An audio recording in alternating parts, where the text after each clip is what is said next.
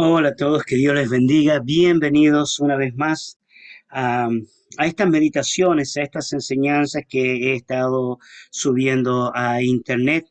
Ya hace varios días que no había subido absolutamente nada, enseñado absolutamente nada, pero doy gracias al Señor porque este canal va aumentando, ¿no? Va creciendo y creo que está siendo de bendición para muchas personas y ese es el anhelo, que la verdad no se detenga, que la verdad continúe adelante, ¿no? Así que quiero saludar cariñosamente a todos los hermanos de los diferentes países que están siguiendo este canal, incluso quiero animarles obviamente a compartir, a seguir enviándolo a gente que tú sientas en tu espíritu y digas esta palabra es para este hermano o para este amigo o para esta amiga, ¿no? En estos días me encontraba en Ecuador compartiendo la palabra durante la semana pasada y la verdad es que tuve tiempos muy intensos, muy lindos, ¿no? Tanto en Guayaquil como en Ecuador, compartiendo la palabra del Señor. Y sé que esto se está divulgando también en otros lugares, en otros países. Así que muy bien, vamos a seguir nosotros con el tema de la guerra espiritual en la iglesia del primer siglo. Así que quiero centrarme un poquito más en la parte interna, en la parte del corazón. Eh, precisamente de aquella guerra que una persona puede estar teniendo aún frente a la verdad o frente a la falta de compromiso. Veremos cómo la falta de compromiso al Señor puede traer consecuencias terribles, garrafales y sobre todo en personas que a veces estuvieron rondando la iglesia del Señor, pero nunca se comprometieron. Hay gente que a veces juega con esto, ¿no? Están cantando, están predicando, están dirigiendo un ministerio y están en pecado, sin medir un poquito las consecuencias de esto. Lo bueno es que yo he estado con personas también que de pronto se dieron cuenta, abrieron sus ojos y se arrepintieron, pidieron perdón al Señor, confesaron su pecado y buscaron cierto un cambio en sus vidas. Y vi en ellos frutos de bendición, vi buenos frutos de transformación. Para ellos ya y también para nosotros va esta palabra bíblica. Quiero que entonces me voy a apoyar, como siempre lo hago, en un PowerPoint, ya el corazón en la plataforma del engaño, la guerra en los círculos internos. El corazón en la plataforma del engaño, la guerra en los círculos internos. Quiero que nos vayamos un poquito a la historia del libro de Hechos, ¿cierto? Ahí en el capítulo 5, después de estar habiendo un tremendo mover del Señor, donde dice que tenían todas las cosas en común, ¿no? Vamos a ver la experiencia de un matrimonio que queriendo hacer las cosas bien, les van a terminar resultando muy mal, pero demasiado mal, ¿no? Y ahí es donde nosotros nos vamos a preguntar por qué una persona ya que intenta hacer las cosas bien, le pueden resultar las cosas salir mal. No sé si alguna vez te pasó eso.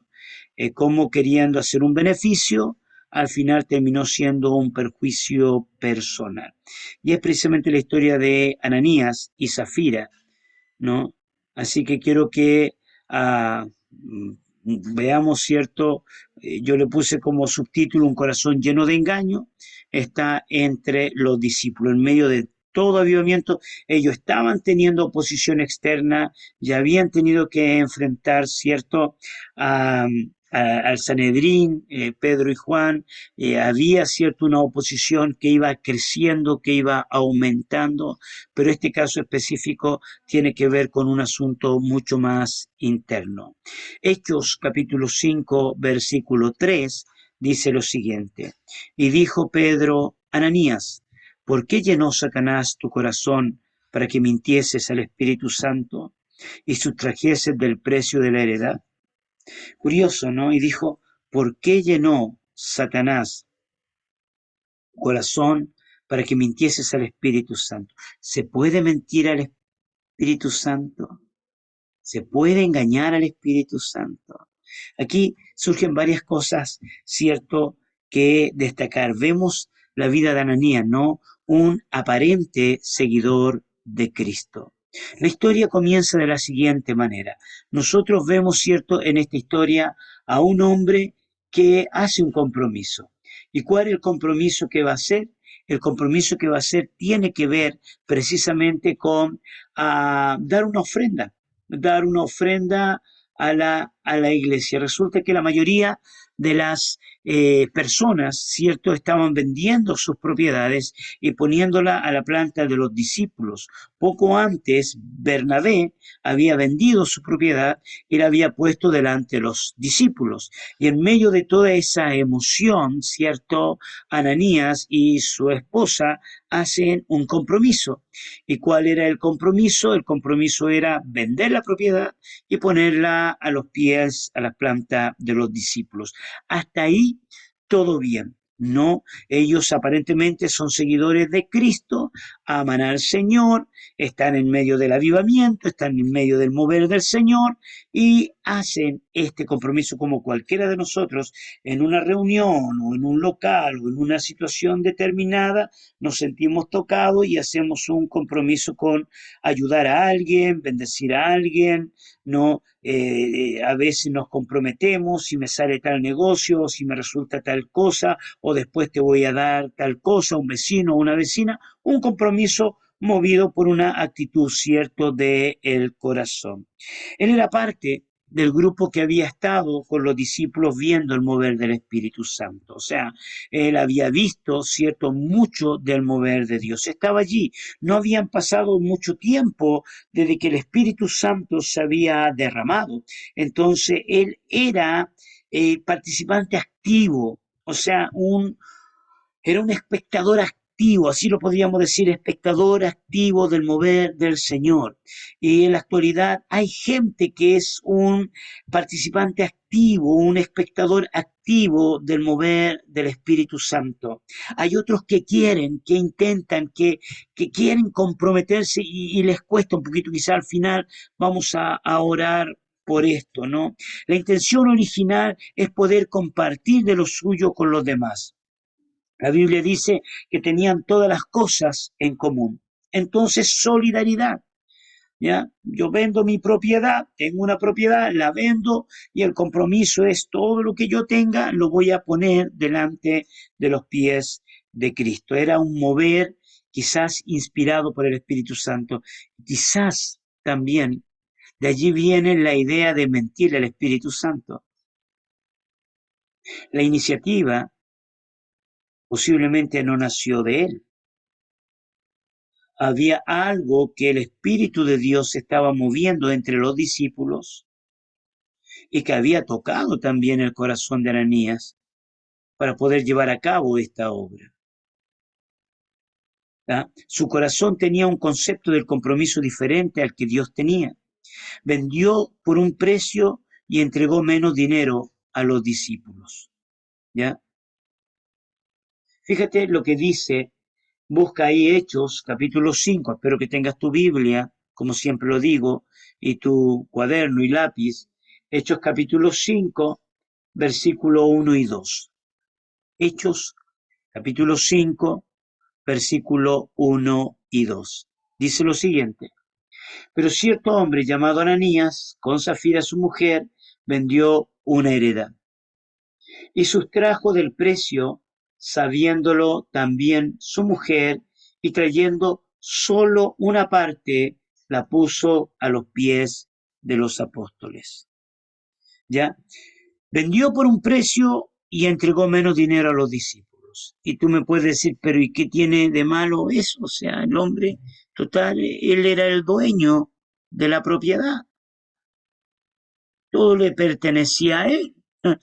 De pronto él miró el dinero, dijo, es mucho, voy a sacar un poquito, ¿ya? Como algunos dicen por allí, los creyentes tienen tanto dinero, ¿para qué les voy a dar más? Ojo con esto, ¿no? Hay algo allí en el espíritu de Ananías que está teniendo un concepto muy equivocado con respecto a lo que es el compromiso con Dios. Hay gente que no toma en cuenta la seriedad del compromiso. Y en este caso, ¿cierto? Él estaba en medio de una batalla de magnitud gigante. Y aquí tenemos que preguntarnos por qué. ¿Por qué él hace un compromiso y no cumple totalmente el compromiso? ¿Cumplir solo parte del compromiso es cumplir el compromiso? Pienso que no. Porque hay gente que dice, bueno, no lo hice todo, pero ahí va una parte, ¿no? Ahí hay un poquito. Qué interesante cómo las palabras tienen poder. Veamos algunos detalles de esto. Él se dejó engañar por Satanás al punto que su corazón estaba lleno de engaño. Esto no lo digo yo, lo dice el texto bíblico. Hay algo sobrenatural afectando el compromiso de este discípulo. Y usa la palabra engaño. La palabra engaño, ya lo hemos dicho en otras oportunidades y en otras enseñanzas, es sencillamente, cierto, una mentira disfrazada de verdad. No sé si fue Satanás quien le hizo creer que la mitad del compromiso era más que suficiente. No sé si fue Satanás el diablo el que le hizo creer a él que quizás ya los discípulos tenían suficiente y él no necesitaba darlo todo. Porque vienen una infinidad de ideas en medio del compromiso que nos pueden llevar, cierto, a no cumplir con eficacia aquello para lo cual nos hemos comprometido. Se dejó engañar este hombre. Él creía que estaba engañando al hombre, pero estaba mintiendo al Espíritu Santo. Él pensó, cierto, total, ¿qué sabe Pedro? ¿Qué saben los discípulos? ¿Qué saben los apóstoles en cuanto yo vendí la propiedad?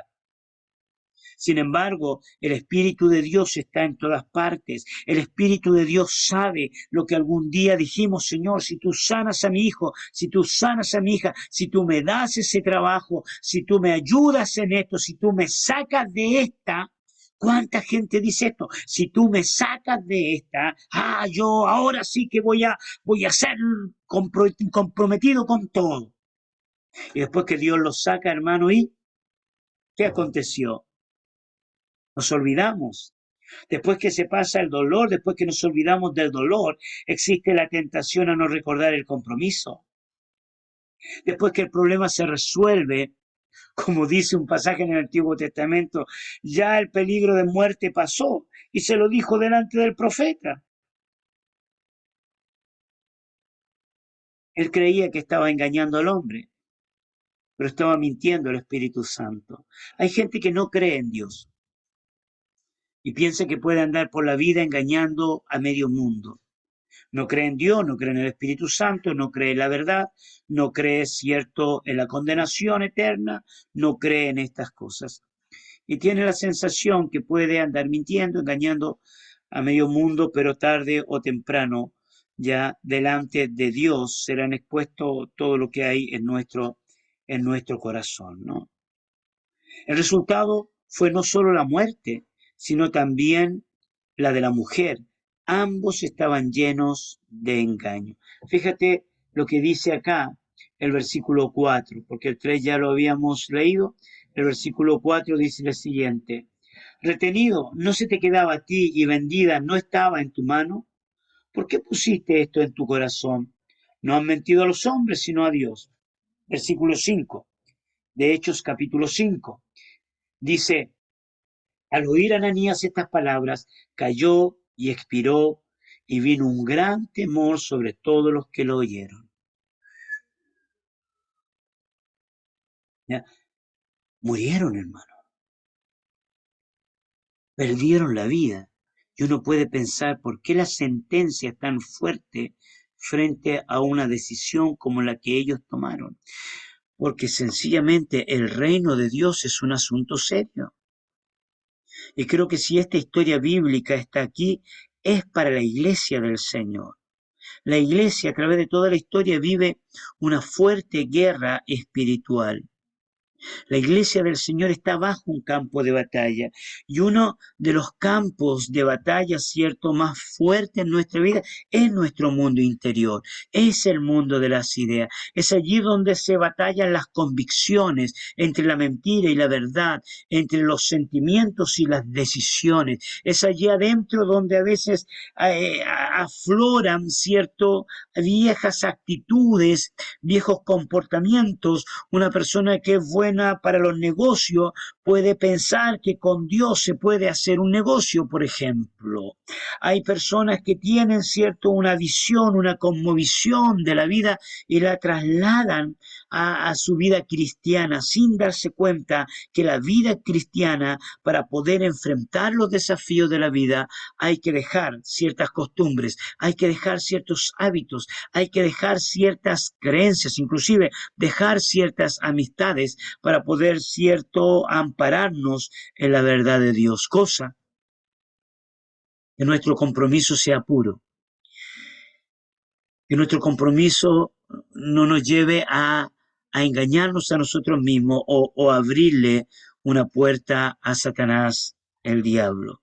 El Señor quiere que tú y yo podamos vivir una vida íntegra delante de Él.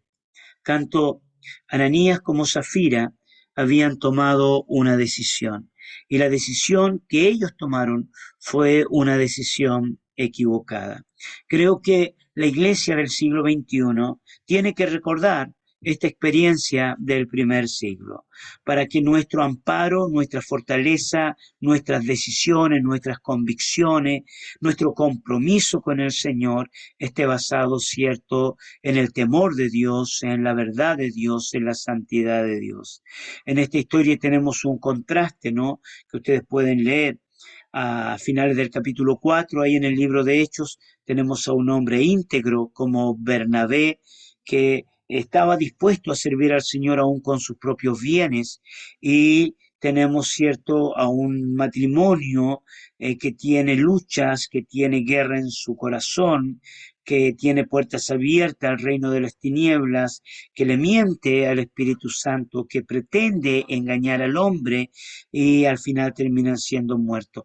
Estas dos cosas nosotros nos vamos a encontrar también en esta iglesia del siglo XXI. Si alguna vez alguien te traicionó en la finanza, si alguna vez alguien te engañó aún dentro de la iglesia, te defraudó o te sentiste defraudado por situaciones que acontecieron, o en un temor referente, estás recordando en esta hora que quizás tienes alguna deuda, que le fallaste a alguien con pago, con cosas por el estilo, bueno, toma esto como una palabra del Señor para tu vida. Estamos en un campo de mucha guerra espiritual y necesitamos vivir en integridad, llevar estas cosas delante del Señor. Si tú eres un recién convertido, si estás recién, cierto, caminando en las sendas del cristianismo, leer estas historias nos pueden ayudar a nosotros, no para entrar en miedo, sino que para entender que el Señor quiere poner en orden nuestra vida y ser íntegros con nuestro compromiso. Ahora, si tú le fallaste a Dios una vez, Dios te puede perdonar. No creo que te vaya a matar. Dios te va a perdonar, Dios te ama, pero, no te olvides que los compromisos en el reino de Dios son sumamente serios. Quiero orar por ti, vamos a orar en este día, estés donde estés. Señor, quiero agradecerte por tu fidelidad, quiero agradecerte, Señor, por esta escuela del primer siglo.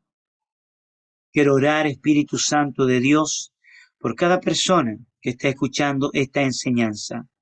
Pido que la presencia de tu Espíritu Santo ahí donde esté, tú puedas, Señor, abrir el entendimiento, soplar de tu espíritu sobre su vida, traer ánimo y bendición a través de esta palabra.